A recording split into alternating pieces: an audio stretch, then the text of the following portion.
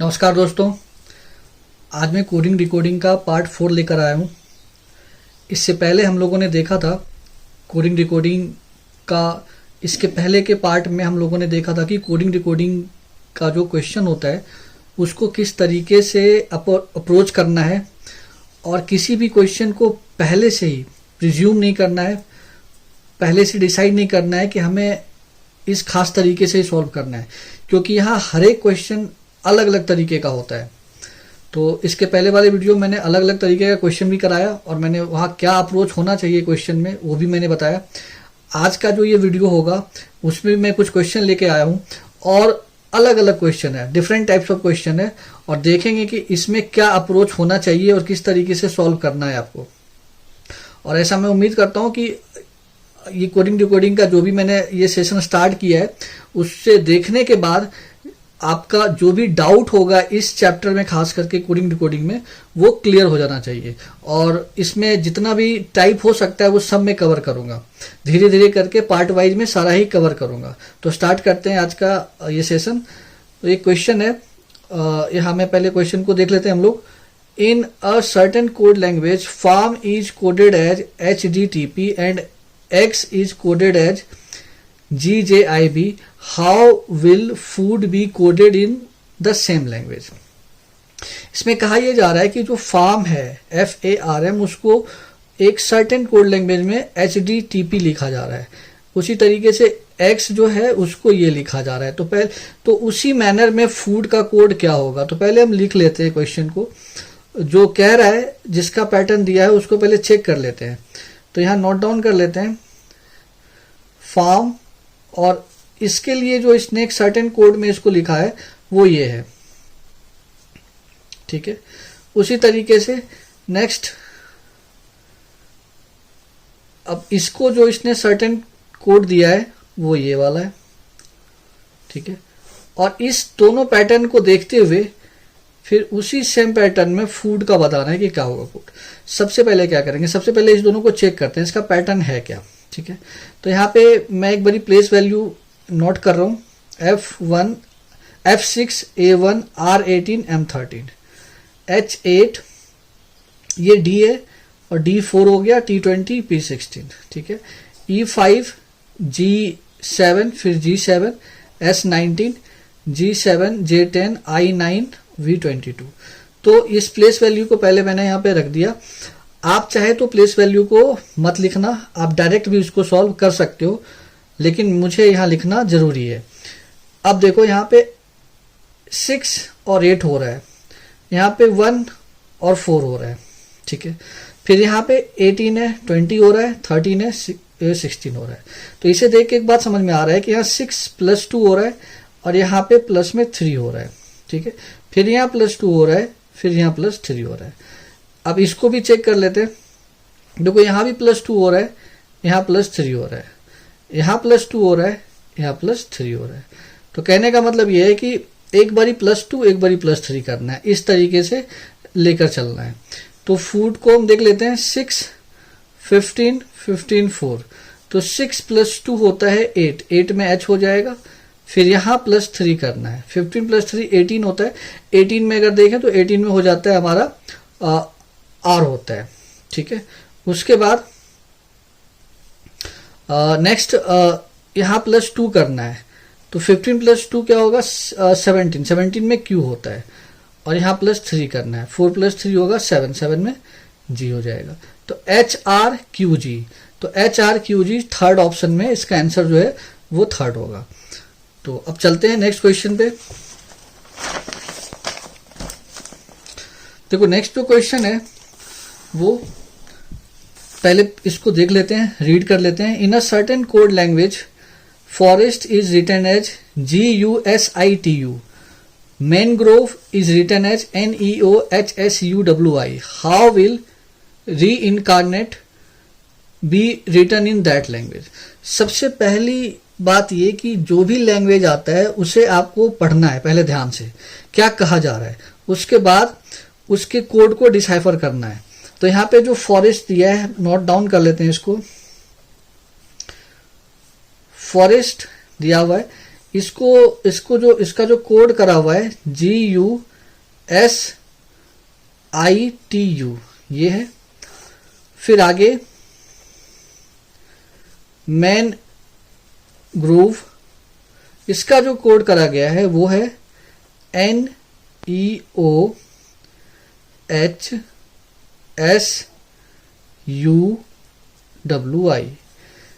तो पहले इसको चेक करना है और जब ये हो जाए तो आपको बताना है कि इसको उसी लैंग्वेज में या उसी कोड में हम क्या लिखेंगे या क्या नोट करेंगे।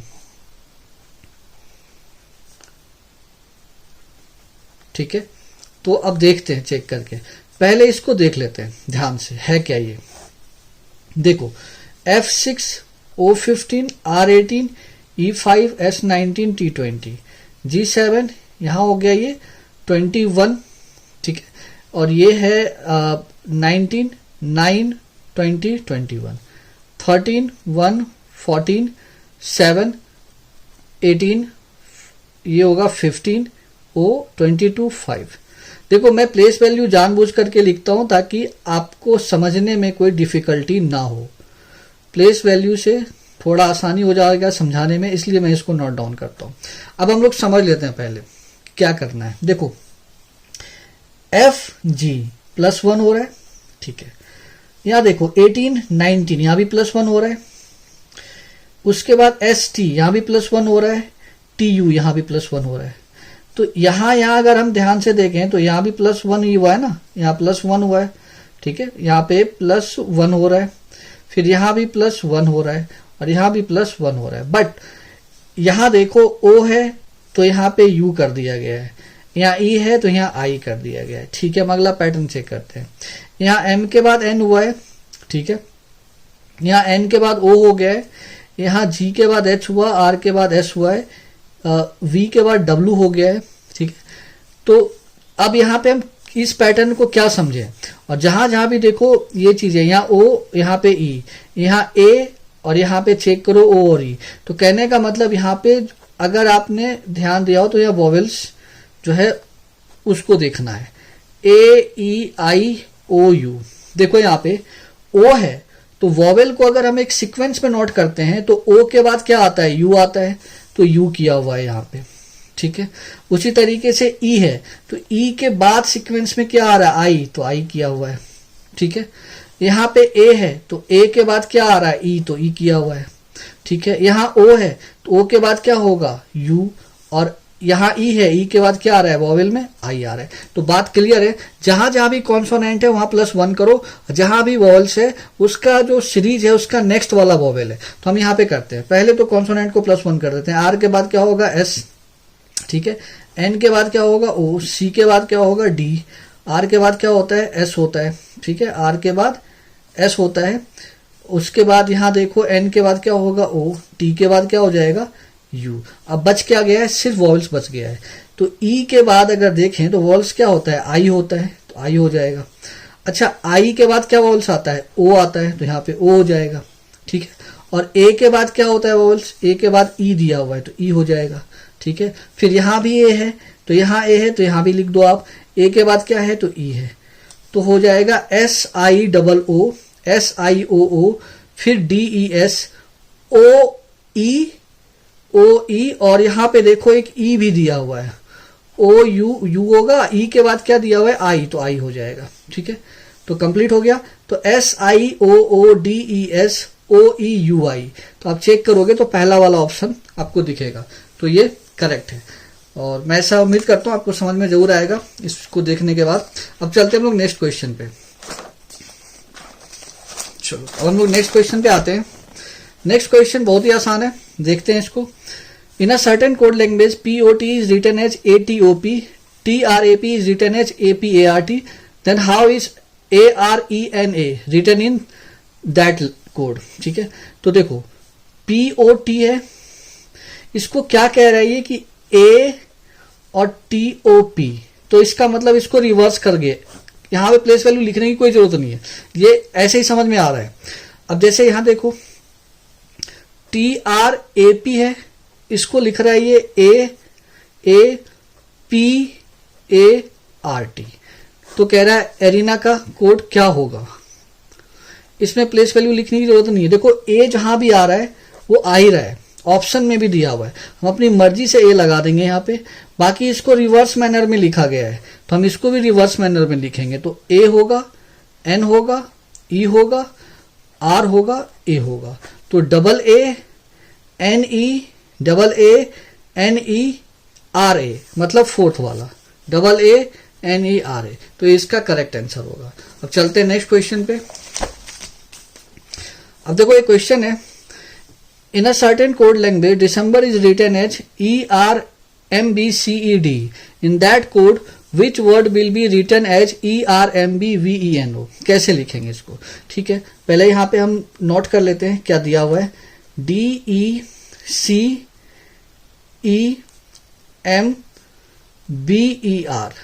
करेक्ट।